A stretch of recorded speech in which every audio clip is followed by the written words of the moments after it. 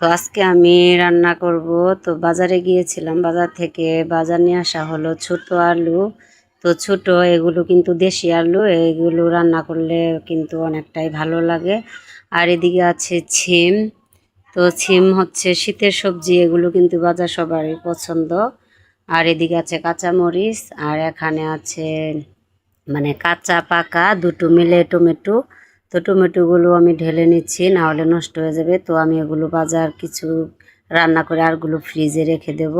আর এদিকে আছে বেগুন।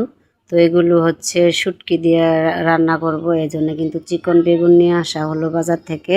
তো এগুলো আজকে আমি রান্না করব। অ্যান্ড বাজারগুলো সব কিছু আমি ঝুড়িতে ঢেলে নিচ্ছি। তো এখন আমি ফ্রিজে রেখে দেওয়ার জন্য এগুলো সব আমি ঝুড়িতে রেখে দিলাম। তো এখন আমি কিছু বাজার এই জায়গা থেকে কেটে নিচ্ছি। তো এখন আমি বাটিতে কিছু পানি ঢেলে নিচ্ছিলাম, পানি দেওয়ার পর কিন্তু এখন আমি বটি নিয়ে নিলাম তরকারি কাটার জন্য। তো এদিকে আমি প্রথমে কেটে নেব ছিমগুলো। তো কিছু ছিম আমি কেটে নিয়ে বাটিতে রেখে দিলাম পানির ভেতর। তো ছিম কিন্তু সবারই একটা ভালো মানে প্রিয় সবজি। এই ছিম শীতের ভেতর সবাই পছন্দ করে। সিম কিন্তু মাছ শুটকি যে কোনোটা দিয়ে রান্না করলে ভালো লাগে। আর সাবিত তো এদিকে আমার সঙ্গে কিন্তু অনেক ঝামেলা করছিল, মানে বটি চাচ্ছে, সে তরকারি কাটবে।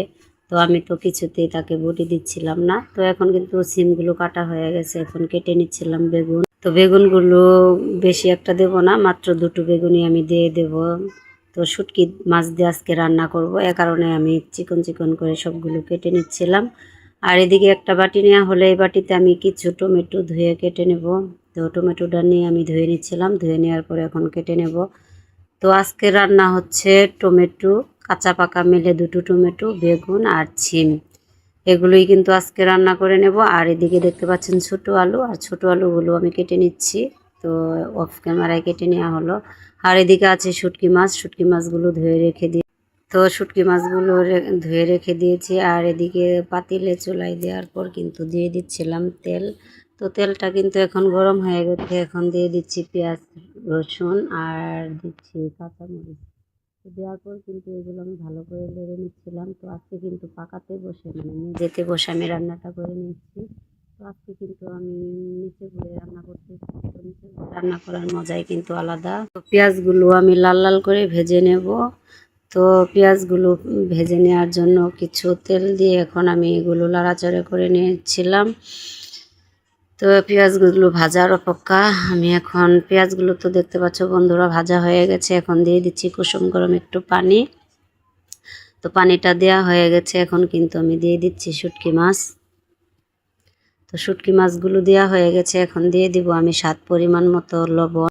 তো লবণটা দেওয়া হয়ে গেল, এখন আমি দিয়ে দিব মরিচের গুঁড়ি।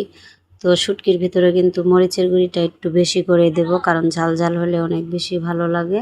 আর এদিকে দিয়ে দিচ্ছি হলুদের গুঁড়ি। তো হলুদের গুঁড়ি আমি বেশি পরিমাণ দিব না, অল্প করে একটু দিয়ে দিচ্ছি হলুদের গুঁড়ি। হলুদের গুঁড়িটা দেওয়ার পর কিন্তু ভালো করে নেড়ে নিচ্ছিলাম, মানে মশলাটা যাতে ভালো করে কষে মিশে একসঙ্গে মশলাটা হয়ে যায়। তো ঢেকে নিয়ে নিচ্ছিলাম, ঢেকে ঢাকনাটা খুলে এখন কিন্তু আমি তরকারিটা ধুয়ে সুন্দর করে পাতিলে দিয়ে দিচ্ছি।